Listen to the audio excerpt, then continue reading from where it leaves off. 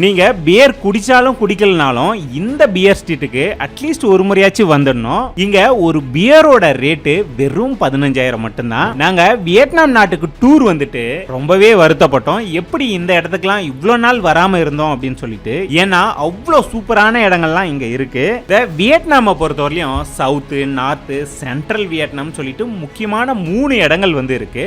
அதுல நார்த் வியட்நாம்ல இருக்கக்கூடிய வியட்நாமோட தலைநகரான ஹனாயில தான் வந்து அடுத்த 3 நாள் நம்ம வந்து சுத்தி பார்க்க போறோம். இந்த ஹனாயில நம்ம ஃபர்ஸ்ட் வந்ததும் சிட்டி டூர் போய் சுத்தி பார்ப்போம். இந்த சிட்டி டூர்ல நம்மளுக்கு பஞ்சுவாலிட்டினா என்ன அப்படின்றத பாடம் எடுப்பாங்க.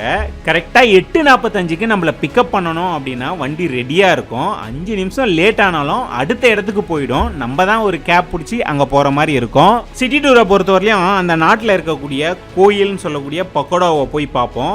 வியட்நாமோட தலை சிறந்த முதல் குடியரசுத் தலைவரான ஓச்மேன் அவருடைய பதப்படுத்தப்பட்ட உடலையும் பார்ப்போம். வியட்நாம் மக்களோட மொழி, கலாச்சாரம், வாழ்வியலை தெரிஞ்சுக்கிறதுக்கு சூப்பரான மியூசியம் எல்லாம் இருக்கு. அதையும் போய் பார்ப்போம். இந்த சிட்டி டூரை முடிச்சுட்டு நம்ம முக்கியமா போய் பார்க்க வேண்டியது வியட்நாமோட ட்ரெயின் ஸ்ட்ரீட்டை தான் வந்து நம்ம பார்க்கணும். சிட்டிக்கு நடுவுல கடைங்களுக்குள்ள இருந்து ட்ரெயின் வெளியே வர மாதிரியான ஒரு ஃபீலோட அங்க டீ காபி சாப்பிட்டுக்கிட்டே அதை வந்து என்ஜாய் பண்ணலாம். கூடவே ஈவினிங்ல வாட்டர் பப்பட் ஷோ அப்படின்னு சொல்லிட்டு ஒரு சூப்பரான ஷோ போகும். அதையும் பார்க்கலாம். இந்த இடத்துல நைட்ல இப்ப நம்ம என்ஜாய் பண்றதுக்காகவே பல இடங்கள் இருந்தாலும் பியர் ஸ்ட்ரீட்டுக்கு கண்டிப்பா நம்ம போயிடணும். ஒரு ஊரே வந்து பாத்தீங்கன்னா அந்த தெருவுல உட்காந்துக்கிட்டு அவங்க பியர் வந்து குடிச்சிட்டு இருப்பாங்க.